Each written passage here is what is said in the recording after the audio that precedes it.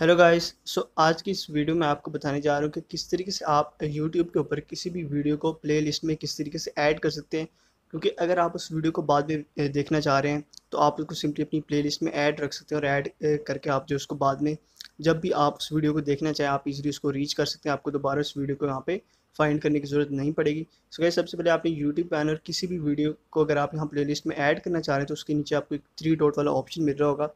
आपने सिंपली यहाँ पे क्लिक कर देना और गाइज़ यहाँ पे आपको काफ़ी सारे डिफरेंट ऑप्शंस मिल जाएंगे। तो आपको यहाँ पे सेव टू प्लेलिस्ट वाले ऑप्शन पे क्लिक करना है। सो गाइज़, सिंपली आप इस वीडियो को अपनी किसी भी प्लेलिस्ट में सेव कर सकते हैं। और अगर आपके पास प्लेलिस्ट नहीं है तो आपको यहाँ पे न्यू प्लेलिस्ट का ऑप्शन आपको मिल रहा होगा। यहाँ प्लस वाले आइकन पे आपने सिंपली क्लिक करना है और यहाँ से कोई भी न्यू प्लेलिस्ट आप क्रिएट कर सकते हैं। उसका आपने सिर्फ टाइटल देना।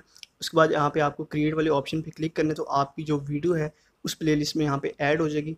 सो गाइस, इस तरीके से आप इजीली किसी भी वीडियो को अपनी प्लेलिस्ट में ऐड कर सकते हैं।